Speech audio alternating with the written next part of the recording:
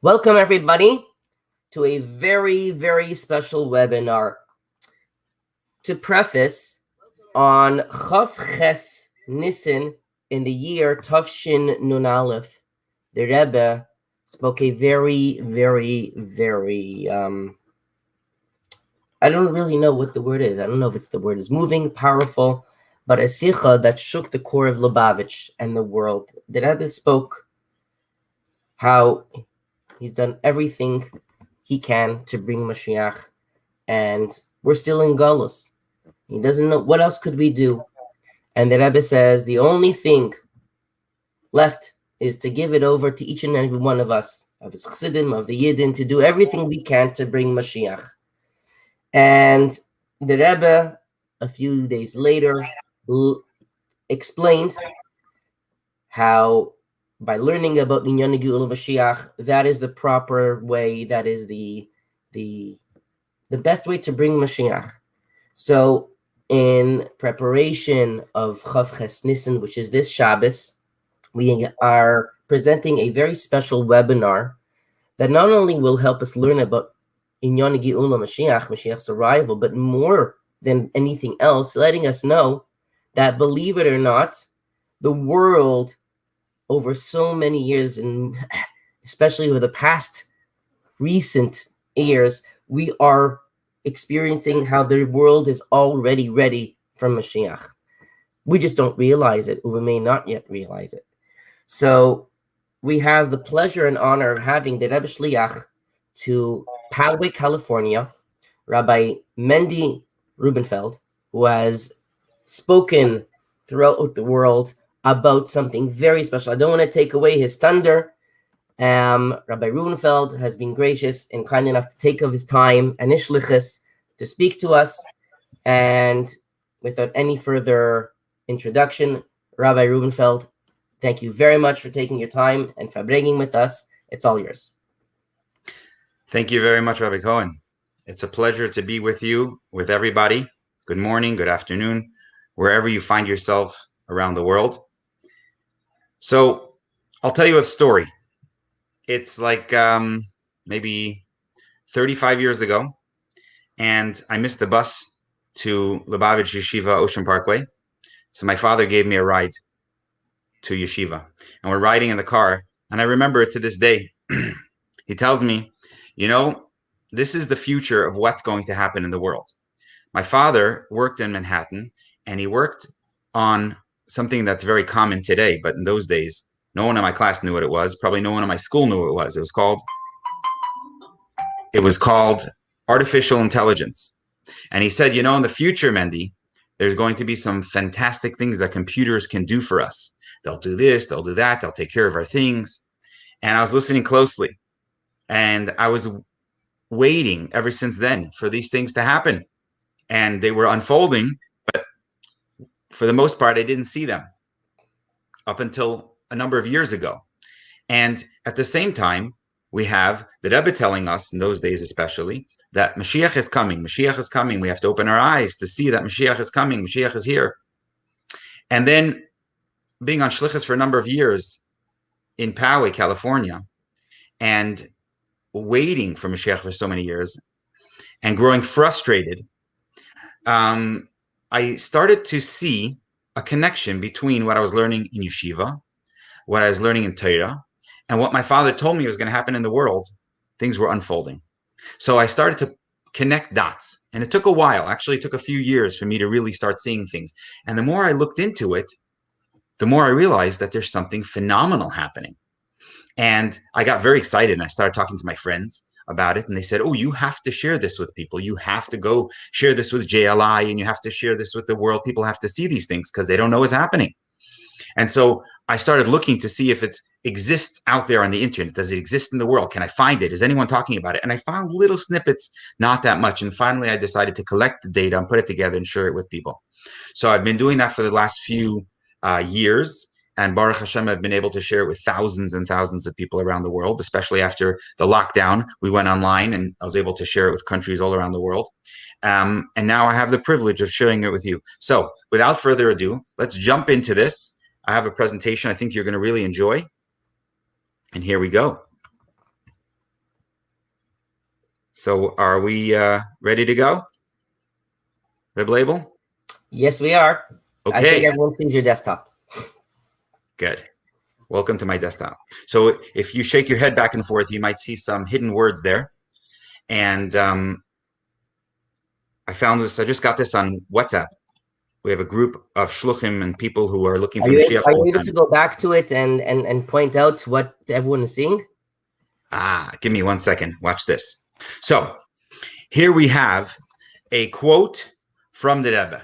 Okay. I'm not going to read the whole thing to you, but let's a little bit. The Rebbe said the eyes of the Jewish people were closed. He's talking about the Yidden in Mitzrayim. In our times, the Rebbe said we're witnessing signs of redemption in the world. And it's very upsetting to see that the Yidden have their eyes closed and don't take note of what's going on. Primarily, these signs are changes in the way the world leaders are acting towards Yidden and Jewish values. The opposition to Jewish observance by a number of regimes has ended, like Russia, from Soviet Union, where approximately 1/3 of the Jewish people have found themselves in a position to observe the Torah mitzvahs for the first time in 70 years. And then it goes on to explain different things happen in the world and how the world is actually changing. And the Rebbe says at the end here, however, the painful fact is that Jewish people have taken all this for granted and fail to recognize that the times we're living in now, and it's unprecedented. That means it's never happened before. This is a word, by the way, that's used too often today. But in fact, it's really true. We are living in the most unprecedented time in history of the world because things have never happened like they are today. The only problem is with the young people is that because you didn't grow up even 50 years ago, you're not aware of how much things have changed. If you would just spend 5 hours looking at how much things have changed from when your parents were younger, or grandparents for sure, you would realize how incredible the life you're living in now is. And that's not it. It's just the beginning. It's going to get much, much greater than it is now. And that's the point I want to show you. So I want to show you what's changed, and I want to show you how it's going to change and how fast that's going to happen, and how much all of this is exactly directly connected to what the Torah tells us. This is all in our Torah. It tells us that these things are going to happen, and you're going to see it now in front of your face. So the Rebbe says we have to open our eyes. We have to open our eyes to see it. And that's what you're seeing in front of you. A hidden little something that says, open your eyes. If you shake your head back and forth or upside down, you should be able to see this pretty clearly. So let me take you on this little journey. I hope you're going to enjoy it. So the Torah says, and this is Yeshaya, the Navi. Yeshaya spoke a lot about Mashiach. We just had Pesach, and in Achron Shel Pesach, we had the Haftarah. In the Haftarah, Yeshaya Navi gives us a lot of prophecies, nevuos, of what's going to happen when Mashiach comes. So he said it's going to happen. And from the time he said it's going to happen until now, or recently, it's never happened. But now it's unfolding. And when I say now, I mean roughly in the last 20 years or so. And more so in the last 10 years, and more so in the last 5 years. So let's see. It talks about the eyes of the blind will be opened and the ears of the deaf will be unstopped, which means deaf people will be able to hear. Well, obviously it's impossible till Mashiach comes. Or is it? So there is a place in Chesterfield, Missouri, where my brother is a shliach, that I spent Pesach, I think 4 years ago, maybe 5 years ago now. And this school, this yeshiva, is in a school that used to belong to this Joseph School for the Deaf. And it was a very beautiful school, which you'll see in a second, some pictures of it. But because of technology, where doctors are able to put this special thing called a cochlear implant technology, you may even have someone in your school, in your family, or that you've seen, they have a little round thing behind their ear, and it goes into the ear. That allows them to hear. And it's called a cochlear implant. So these pictures are real pictures of the yeshiva, and it's a beautiful place. It's in Chesterfield, Missouri, as I mentioned. It's very bright because the students there were only able to see and taste and feel, but they couldn't hear. And so they made it look as beautiful as possible so they can enjoy themselves.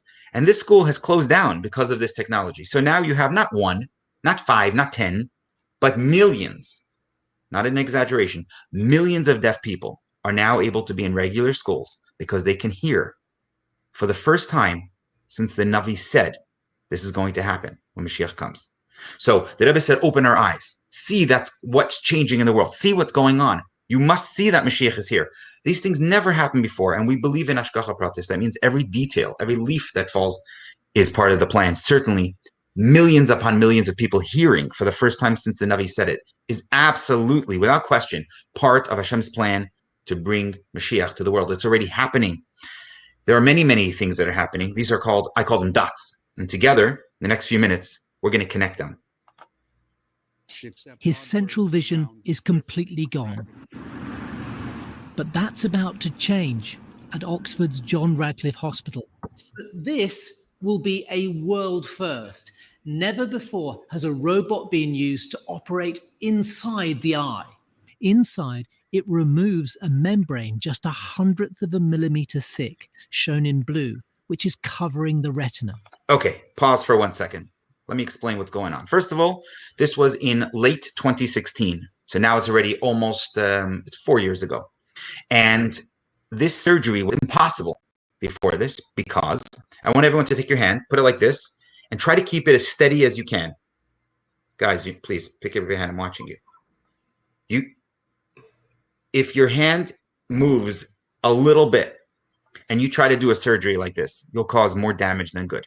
1/100 of a millimeter, so thin, it's not possible for humans to do this surgery, which means it was impossible to fix this form of blindness that people had. And I looked it up on Google. This kind of blindness is the most common cause of blindness that people have after they're born with sight. There are people born without sight, unfortunately, and we have ways today to also fix that. But this particular one, millions of people around the world suffer from this, but not anymore, because now we can do the surgery. Watch what happens. Allowing the hole in the retina to close. Just a few days later, and the results are clear. I can see it's 22 minutes past 9. So you just saw something phenomenal. Please understand what you're seeing. You saw the pasuk. The Torah tells us that the blind will be able to see. That was never possible. Never. Not for thousands of years. Blind people, either born blind or went blind during their life, they all died blind. The only exception was if someone went to a tzaddik and got a bracha and a nes happened and it broke nature and they were able to see again. But other than that, it never happened. There was no such thing. Now, that guy you just now saw was able to see, and millions of people like him are able to see. For real. They can see with their eyes. It's a nes, only it's not a nes that's breaking nature. It's a nes that's coming through nature, which is the key. We want nature, the natural world that Hashem created, to be a receptacle to receive Hashem's light, and we should change so that we have the power to do these things. Hashem doesn't want to make it from Shemayim. That's why he gave us the power. We say in Aleinu, L'saken Olam. That's our job to fix the world. And we do it every single day, every single time we make a bracha, every single time we do a mitzvah for thousands of years. And it's being effective. Hey, hi. Hi, hello. The brains behind some of the biggest innovations in legs. MIT's director of... Do you see the guy on the right? He's the one doing the interview. The guy on the left, the tall guy, he's the one who's running this place. But you see the man on the right, you should be able to see my cursor is over his arm. You see he's missing his arm. He has a prosthetic arm. Of biomechatronics, Hugh Hare. Oh, wow. This is where we do the human testing on the ankle. Hughes invented a new generation of bionic ankles with the help of military funding. Jen here has a pad that's communicating wirelessly, of course, to the bionic ankle. She's tuning various parameters. The timing of the ankle thrust is very, very important to walking efficiency. I mean, just by looking at it from here, I mean, if he was wearing long trousers, he wouldn't realize that he's wearing an artificial leg, would you? Right. Just like you don't realize I'm wearing two right now. Wow. Let me show you. Oh, wow, this is amazing. So fully articulating ankle. So it adapts. I can walk slowly. I can suddenly accelerate out. Wow. Stop immediately. The ankle has no idea what I'm doing. Then how does it know when it's supposed to give power and when It's not? just responding to my body. So the pasuk says, The ankle has no idea that I'm going up step. look at this guy. It says he's going to leap. This man's got both his feet off the ground, going upstairs so easily Or going down, but it without any feet. responds appropriately. That is absolutely amazing. Yeah. Silence Stadium. Johnny Peacock in the lead. 5. And Oliverio in 11:33, season's best. So the pasuk says that when Mashiach comes, there will be no more death. Now, we're getting there. We're not there yet, but we're definitely getting there. I'm going to show you some examples. Here are these two mice. One was treated with special new technology that's very, very new, just a few years old. And the other one wasn't, but they're twins. They were born together. Now you can clearly see the one on the left looks like a young mouse. The other one, not as young, but they're actually the same age. And this is how it's going to be with people in the next few years, in Mir Hashem. When? It's not a good idea to predict. We don't know these things exactly, but even according to nature, this is where we're going. And we have this guy here who's talking to millions of people. You see 3 million people saw it at the time. This is a few years ago already when I put this together. And this wonderful man with a huge beard says, a roadmap to end aging. Now, this was not talk that your parents heard when they were your age. None of your parents heard this kind of talking when they were your age. That's what you have to realize. You can go ask them when you go home. Test them. Say, did anyone talk about ending aging when you were a kid? Because I remember I went to Miftzayim when I was a bacher, and I would tell people that the Torah says that Mashiach comes, there won't be any death. And people would smile and say, oh, it's really nice, young boy. You're living in dreamland. Well, guess what? The scientists today are looking at the world and recognizing there's not going to be any more aging. People are not going to get older, which is exactly what the Torah says. And this guy here, he wrote a book. What's it called? It's a very famous book, guys. Facebook. Mark Zuckerberg. He writes, can we cure all diseases in our children's lifetime? Who talks like that? So in your life, it's normal. Yeah, we can cure all diseases, but that's crazy talk for normal Gullus world. And this was in September, late 2016, that he said it, and he donated $3 billion that day so that we can actually succeed at curing all diseases in the next few years. And this is one of the ways we could do it. It's called CRISPR. If you're interested, you can look into it later with your parents' permission. CRISPR is phenomenal. It's really, really shocking. When people do research on it, their mind goes, they can't believe what's going on genetically. We can change little details in the DNA, and it can change an entire person's future from getting, chas v'shalom, some terrible diseases that are genetic. So here's an amazing, amazing little article I found in universe.com. It says, if you're alive in 30 years, it's likely you'll be alive in 1,000 years, which basically means no more aging. And they explain why. So you see the actual physical world, the tachton, as we say in the pasuk, v'zeh kol ha'adam, Alter Rebbe says in Tanya, this is the whole purpose of man. V'sachlis b'riyasai, and the whole purpose for why we were created. Why Hashem created the higher world and the lower world. Everything, all creation, was for a dira lo yisparek b'tachtenim, to have Hashem, a dwelling place for Hashem, b'tachtenim, in this lower world. Why? Because Chassidus says that this lower world has power like no other world. Hashem put the most kayach here, more than in the Ruchniya spiritual world. And this physical world now is starting to sound more and more and more like the Torah. This is reason to get very, very excited. And I look at how it says here, stand together against aging and death. That's really magical words.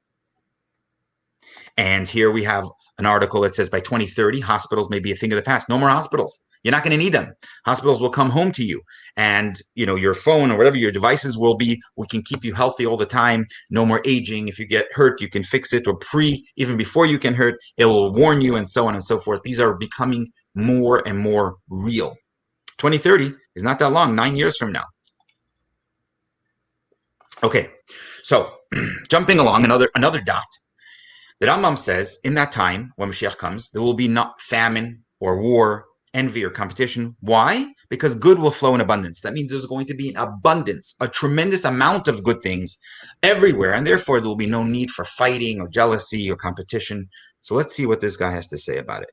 That's what the Rambam says. And this man you're about to meet never met the Rambam, probably never heard of the Rambam, maybe Maimonides Hospital. is the closest he's ever Steve heard. Pinker has showed us that, in fact, we're living during the most peaceful time ever in human history, to a point that we have the potential in the next 3 decades to create a world of abundance. We truly are living in an extraordinary time. Ladies and gentlemen, what gives me tremendous confidence in the future is the fact that we are now more empowered as individuals to take on the grand challenges of this planet.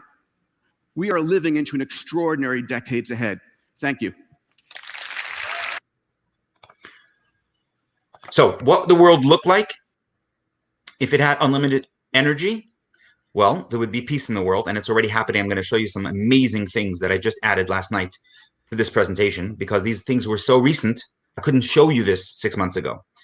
Cost of things would go down, so that when you want to buy something, new shoes, new clothing, new phone, new whatever it is, it'll cost almost nothing. And this is basically abundance. So let's see, how is this possible? Okay, where does things come from? Where do they cost money? So number one, you have to pay for materials.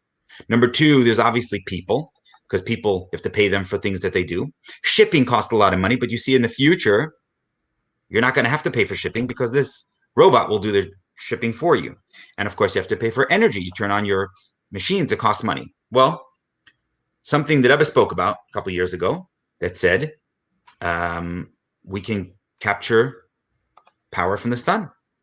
So now imagine there was a ball of energy in the sun, in the sky, that would give you endless free energy. Oh, of course we have that. It's called the sun. And let's see how much energy we got. Well, in a year, I don't know if I can go back. I just missed that little click right there. Here we go. Here we go. Oh, I keep missing it. Anyway, the amount of energy that comes from the sun in a year is 430 quintillion joules. It's a huge number. I have to look it up. It's a massive number. It comes, I think it's a billion, trillion, quadrillion, quintillion. It's a number we can't really understand, not easily. So 430 quintillion joules, that's a measurement of energy that comes from the sun every hour, in 1 hour that hits the earth, okay? And we use, as people, 410 quintillion joules in a year. So you understand that there's enough energy, if we can only capture it from the sun, that can really make life completely different and much better, let me add. So solar energy has been growing on an exponential power. And I wish I had more time to explain the power of the exponential, but let's just say it keeps doubling, and it's very magical. We're going to see it in a few seconds. And this continues, as you see, is going up, up, up, up, doubling every 2.5, 3, maybe 3.5 years, which is very, very incredible that we're going there. Another powerful, powerful thing is called direct air capture. We don't have enough time to go into all of it right now, but let's just say you can capture carbon from the air and use it to build things, make buildings, clothing, all kinds of things can build it. So you say, yeah, right, peace. Peace is going to happen in the Middle East with Israel? Never going to happen. I would have said that a few months ago. It's not going to happen. How could you? Not until Mashiach comes, for sure not. And here we have a picture. I got on WhatsApp, of course. A picture worth 1,000 words. You have Arabs welcoming the first flight from Israel to the United Arab Emirates. I never thought such a thing would happen. Not before I met Mashiach Tzidkenu. I saw a video, and I clipped this myself. An Arab guy in Arabic speaking, the game has changed in the world, he says. Peace is coming no matter what. I was shocked. I almost fell off my chair when I saw this. Incredible. And then the most shocking thing, this only happened March 4th, 2021, which was what? A month and 4 days ago, okay? This guy writes on his Twitter, "Dear brothers and sisters, join the Saudi hashtag." I can't read that, it's Arabic. "This recent Saudi Twitter movement believes that there's no importance of the Temple Mount to Muslims, and they're waiting for the Jewish Third Temple, a new era of peace." And then he puts a picture of the Beis HaMikdash coming down on the Har HaBayis with Hasidim going like this, with their hands up. This is an Arab guy posting this to the Arab world and telling them, let's start a movement. Let's tell everybody, stop focusing on the Jewish place. Let them have their temple. My friends, if you just show this to your parents and grandparents and forget the rest of everything I showed you, if you told them this happened, they probably wouldn't believe until you actually showed it to them. Let's just put it that way. That's how shocking this is. This never happened before. This is totally miraculous. This is totally Mashiach. Unbelievable. So how great is the power of the exponential? So my question to you is, if you took a piece of paper and you folded it in half, or you doubled the thickness of a paper, it's very thin, right? If you folded it 42 times, how thick would it be?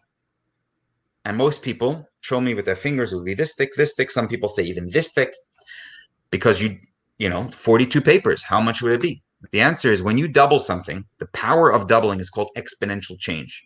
That is so massive. It's almost magical. The Gemara talks about this, and I'm going to show you a little example of how big it can be. But before I show you that, I want to tell you that it would be from here to the moon. If you double the piece of paper, you can't. But if you doubled it, it means you can't fold it, but you can double it. But if there's one paper there, you put one on top. Now there's two, you put two on top. Now there's four, you put four on top. 8, 16, 32. Only 42 doubles would be from here to the moon. And if you double 43 doubles, from here to the moon and back to Earth. Now, this is such a shocking thing that if you had time to think about it, you would tell me I'm wrong. So let's take a look here. If you doubled it, so that's 100 papers, that's 7 doubles, and then another 2, and here's another 3 folds. So we're talking about 17 folds. You're about 4 feet. It's actually a little more than that. If you do it yourself, you'll see. And then if you folded it 25 folds, you're about as high as the Empire State Building, which is a quarter mile high. And if you did it 40 folds, you're already 6,832 miles. And then, of course, you do 42 folds, 43 folds, and so on. You're there to the moon. That's how great it is. If you go 109 folds, it's the entire known universe. Basically, you don't even understand. Now, our world is changing at a doubling pace. That's why I'm telling you about this. It's an exponential change. And that's why the things you see happening in front of you are happening so quickly that it almost seems magical. So I'm going to show you a few examples, and we're almost out of time. This is called 3D printing, and they're printing homes in a few hours without people having to do it. They're very strong, and they're very cheap. So there doesn't have to be any homeless people. And it's beautiful homes, as you can see. They can print a house in one day. It's not this big, but they can do it in one day for $10,000. That's amazing. What about food? You can't see it on the outside, but this old industrial neighborhood is an agricultural oasis. 205th sold to local supermarkets and restaurants. So people have access to fresh, great tasting, highly nutritious food. Crops are stacked more than 30 feet high inside this fisting system, allows them to use 95% less water than recycled plastic. And instead of the sun, there are rows and rows of specialized LED lighting. A lot of people say, sun, let's wait. This sophisticated climate-controlled system cuts the growing cycle in half, so crops can be grown all year round, but with a much smaller impact on the environment. So what I just showed you, and I cut it in half because we're running out of time. There's so much to show, there's no time. But this is incredible, guys. This is really amazing. This is totally Mashiachtic. If you told this to people a few years ago, they'll say, that's not possible. It's impossible to do such a thing. 1,000 times more than normal farms, 1,000 times, up to 99% less water. Water is so precious. How's it possible?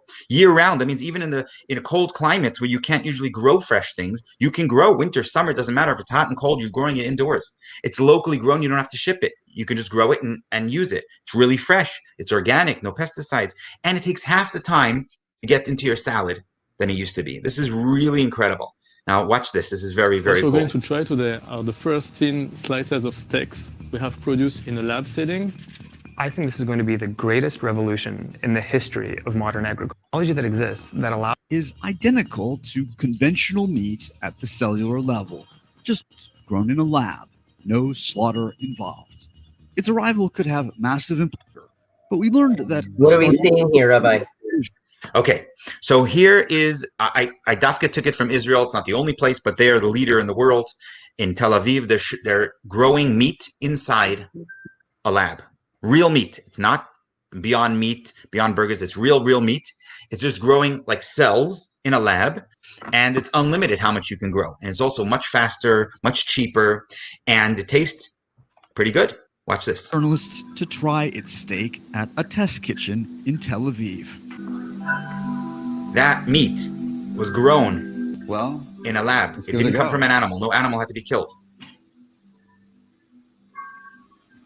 It's pretty good. Yeah, I have to say. It tastes pretty close to a regular steak. I'm not willing to say this is the best steak I've ever had in my life, Pretty good though, but it passes. An Oxford University. So basically, you're seeing how in the future, Mr. Hashem, there doesn't have to be any hunger. Now, you guys probably have never been hungry in your life. I mean, I know you're hungry between lunch and snack, but I'm talking real hunger. And in the past, in the history of the world, most people suffered from hunger most of the time.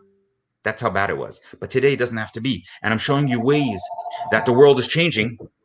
We can actually have enough food for every person on the planet without a problem, because it doesn't cost that much to grow this meat, and no animal has to die. There's no suffering. There's no tzar b'lachayim. This is definitely a Mashiach thing in the future. The study estimates that lab-grown 96% less people eat technology. Quantum computers. So, where's the coldest place in the universe? That's my question to you. Answer? It's a lab in California, and it's 0.003 Kelvin, or just north of absolute zero. That's really, really cold, and you'll see why. They have a computer that can change the world so much, more than ever before. You won't even recognize the world in a few years from now. Quantum computers and AI are an explosive combination. Exploration. Very powerful supercomputer, all billion. It's the largest supercomputer in the world. Our estimate is that it will take thousands of years to complete the full computation. So this computer was able to do something in a few seconds last year, 2 years ago, that would take the biggest computers, the supercomputers, thousands of years to be able to complete. So we're out of time, but I just want to show you that there's amazing things. These pictures were taken at nighttime, the middle of the night, but they look like it's during the day because we can see at night. That's what the Torah says. And then it says in the Torah that when Mashiach comes, you can continue speaking about the camera, and if you want to show this, you can show it. Don't worry, you have a few more minutes. Okay. Oh, should we go back to? Yeah, you can go back to the camera. Okay, here we go. So you saw. All right, here we go. The largest supercomputer in the world are to complete will take complete. It's okay, you can let it play. All right, here we go. Look at that. That's during the nighttime. You can see stars in the sky. It looks like it's a video during the daytime. It's the middle of the night. Just like the Torah says, Laila kayayim yared, we'll be able to see at night. There's an example. Isn't that amazing? Here's another example. So basically, what you're saying is that all of these things that the Rambam and our Nevi'im prophesied that are going to happen when Mashiach is going to come, it's not that, when Mashiach is going to come, they're going to happen. It's that by the time Mashiach comes, they will have already been in place and so commonplace in society. Right. And there's a very big point here that Mashiach is a process that we're already in. So that's what the Rebbe said. Open your eyes and see the Mashiach is here. This is one way we can do it. That we can already see the signs of Mashiach in our times right now. Now, if Mashiach is already on his way and we can make it happen faster, we can make it happen today with our Torah mitzvahs. That should give us the biggest push that we've ever had because it's already happening. It's not even a matter of it's going to happen. You can see how many examples do you need to see to connect till you realize this is for real. This is for real. There's another pasuk here. Do we have time for this little example?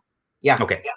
It says in the pasuk, strangers, v'amdu zarim, strangers are strangers, right? Zarim means strange. So rise up and shepherd your flock, which means in the olden days, what did people do for a living? Most people were farmers. And so your job, your work will be done by strangers. Now, the question I asked is, Yeshaya Hanavi, why did he say strangers? Because the Metzudas Tzia, Metzudas David, they all say means Goyim. Goyim will come and do your things for you. And that's what I was taught when I was a kid. But I have a challenge for that. Because the Rambam, it's not the Rambam, the Yeshaya used the word Zarim, which is strangers. That's a very weird word. That's a strange word. My suggestion is, just a suggestion, connecting with all these things, that perhaps it means computers, robots. Now, robots are very strange. There's someone living almost 3,000 years ago. So let me show you what we can do. You want some eggs?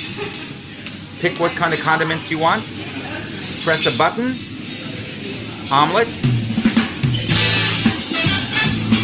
And it starts happening. Nobody's there. Who's going to make your food? Your robot. He puts in the condiments. He picks up the eggs. And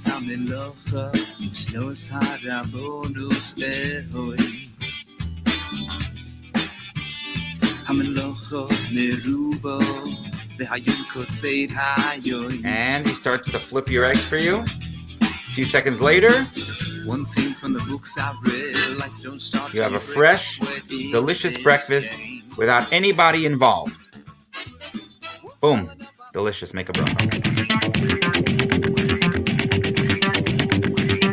A 5-star chef cooking all your meals for you every day of your life. This is the dream and the goal that Moli Robotics is trying to accomplish. They have created the first fully automated and intelligent robots that can learn recipes, cook all kinds of foods with a remarkable precision, and then clean up after themselves. Clean up, Moli wow. Robotics built a working prototype of the Moli kitchen. This futuristic-looking workstation is equipped with advanced robotic arms and hands that can grip kitchen utensils, measure liquids, crack eggs, you name it, they can do it. Master Chef winner Tim Anderson was hired on as Moli's development chef. You get the idea. So that was one example of robots already being able to cook for you. It exists today. In a few years, it's going to be in your kitchen, Mitzvah Hashem. It won't take that long because it's exponential change. You'll see. And here's one more example. The Google Assistant makes the calls seamlessly in the background for you.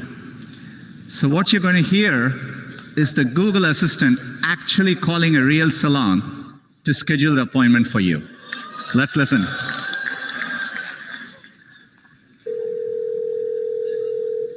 How can I help you? Hi, I'm calling to book a women's haircut for a client. I'm looking for something on May 3rd. Sure, give me 1 second. Okay, so we're not going to go through the whole thing, but you just now saw a computer call a person. The person does not know they're talking to a computer, and the computer is making an appointment for someone. And it's saying things like, because computers don't say unless you tell them to. Sure, what time are you looking for around? At 12 p.m. We do not have a 12 p.m. available. The closest we have to that is a 1. Pretty amazing. We have examples of people talking about resurrection. So we don't have it yet, but how it's going to work, only Hashem knows. But they are talking about these things. Reversing death, controversial study. We have how much things are changing. Poverty is going down, life expectancy, people living longer and longer in our world today. Hunger is going down tremendously. And here's the last part I want to share with you today. In 2019, this was a year and a few months ago. It was an article in the New York Times, and he says it's the best year ever. 2019 was the best year ever. And he gives reasons for why it was. Every single day in recent years, another 325,000 people got their first access to electricity. Every day, more than 200,000 per day got piped water for the first time. Piped water for me and you, we born with it. We're used to it. But for people who don't have it, the world becomes so much better. It's not, Mashiach's going to come. It's not going to just be for people living in America, Canada, in the West. It's going to be for the whole world. And this world is changing every single day. It's getting better and better and better. So I was looking last night to see, well, what about 2020? That was a very bad year. Everyone said it was, right? Because it was a pandemic and it was terrible for people. Well, guess what? On the Spectator website, I found this article. 2020 was the 4th best year in history. In history! 4th best, even with the pandemic. A lot of people lost their lives. A lot of people suffered. That's Gullus. But Geula is shining through this Gullus. It's for real, guys. I'm not making it up. You're seeing videos. You're seeing pictures of it happening. It's happening. Mashiach is coming. It's going to be the spiritual world, Ruchnius, together with the Gashmiistic world. It has to be with this Gashmiistic world. Olam kimin hagei noyeg. The world has to follow its normal path. And as the Rambam says, the world is on a scale. And your mitzvah, your one little part of the puzzle, can make the difference. More now than ever before, now that you saw these things, you understand. Your eyes, hopefully,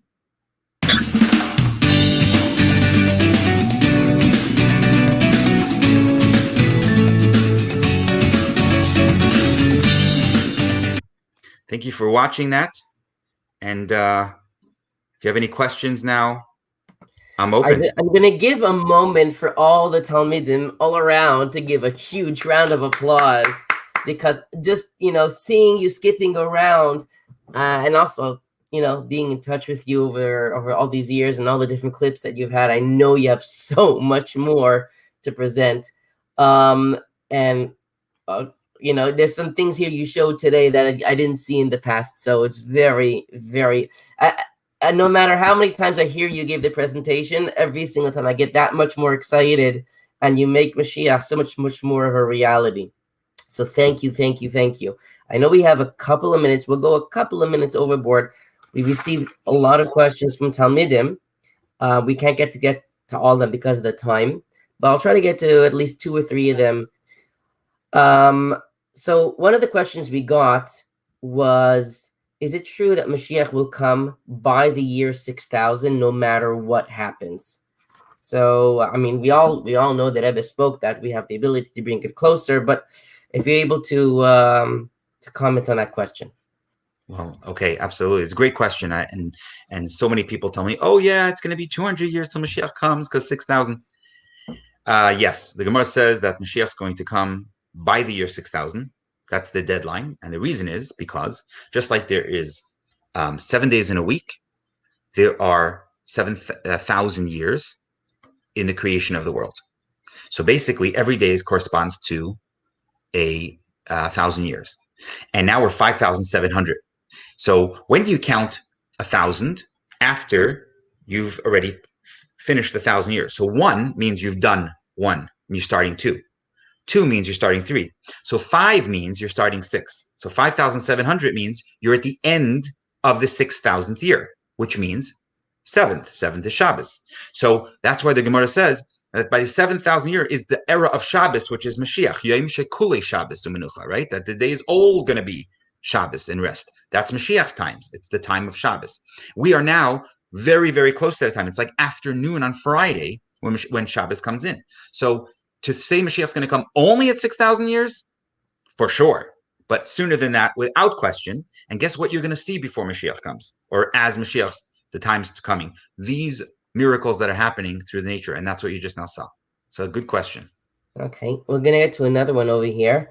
Please explain what it means when it says that Mashiach is going to come. Candies will grow on trees. Is that like literal? Is it a metaphor? Yeah, that's one of the best ones we used to sing in camp. On the trees will be growing candies. Yeah. So what's medanim? What's these things? Candies, these wonderful, tasty things. These are things that we like and that we want. And they will be abundant. They will be everywhere. So does it mean real candies grow on trees? It won't be a problem if that's what you want. We can definitely grow candies.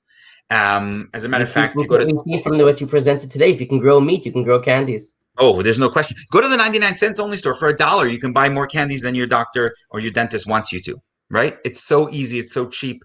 And it's only, as I showed you before, with future of energy. And by the way, about 2 weeks ago, I saw an article, just 2 weeks ago, how solar energy has potential now to go from 24% to 60%, which means if that happens in the next year or so, everything will change. Things become much cheaper around the world. And literally, it will be like candies growing on trees. Everything you want will be at pennies.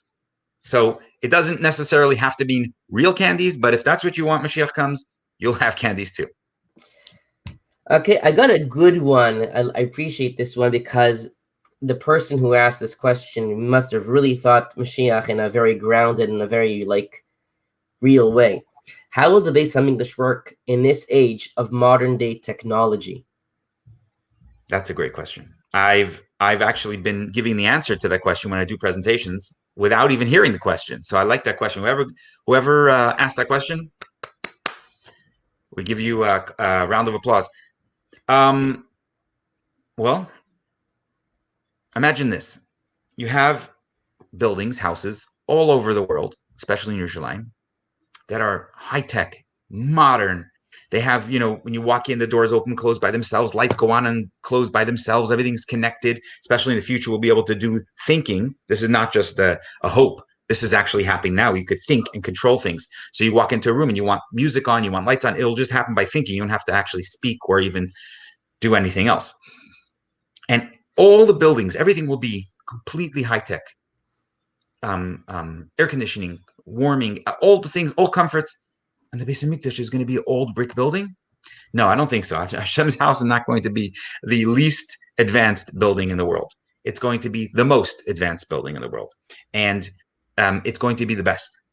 So the way I imagine it, and I don't know, it doesn't say anywhere in Sfarim that's going to have air conditioning, but I can't imagine that the Beis HaMikdash HaShlishi is going to be anything less than absolutely gorgeous on every level, technology included, with 6G, 7G, like 4 or 5G technologies, whatever is going to be coming out in the next few years. It'll all be there. It'll be top notch, in my opinion. Okay, we'll have one more. We'll get one more. You know what? Because I realize we're running out of time. We could end. If you, for the last minute, if you could just give a parting message to the Talmidim. So, I think the most important part is that we see that Mashiach's coming. There's no question about that. But how do we make it happen? And that's a very difficult question. But the Rebbe said, especially Chav Ches Nissen, that it's up to us, nobody else. We are the most important players in this game of life, of Golus, Goyle li Geula, from Golus to Geula. We have to add that letter, Aleph, to make it that Hashem is everywhere, and we can make a home for Hashem, or a place where Hashem is comfortable. That's what Hashem wants. He wants a home down here in this world, and it has to be through us. He can't do without us. So we've done our job for thousands of years. The Rebbe said, we're ready. We're ready. The thing that we can most do, like Rabbi Label said earlier, is learn about Mashiach. And so if you guys can set up shiurim to learn about Mashiach, to stay connected, even share this message with people and talk about it. When you do this, you make Mashiach real for you, and your eyes will be opened. The Rebbe said, open your eyes, and that will help Mashiach come. So if each and every one of us can bring Mashiach, Geula, in our lives, Geula Pratis, we will help bring the Geula Klolis, the Geula to the entire world. There's no better way than that. The Rebbe gave us that secret. So after seeing what you saw, I hope you're inspired to go out there and every single day, maybe today will be the day because I shared it with you. So now so many people got to see it, so many more people. Share this with your parents, share it with your friends. Let people talk about it. See how Mashiach is a reality. Learn about Mashiach. Learn the Rebbe's sichas, especially in the last few years. The Rebbe was talking so much. Nun Aleph, Nun Beis are incredible sichas. You have to learn those things. Get comfortable with it, and be prepared to say the brachas of Shechianu and the other special brachas when Mashiach comes. Wow. I'm going to join in everybody and giving a big round of applause. A grace in Yasher Koyach, the Yebishter should bench you, and then Rebbe's bracha should be showered upon you and your family and your shlichus. Thank you. The best way to end it is we'll see you, Mitzvah Hashem, as we end this broadcast. We'll join you together, all the Yidden Yishleim, as the Beis HaMikdash comes and Mashiach is going to lead us out of Golus to the Geula Shleima. Take it from me at Mamish now. Like that I would say, faster than a blink of an eye. Thank you to everybody. A grace and Yasher Koyach. And Mashiach now. Amen. Amen. Be well, everybody.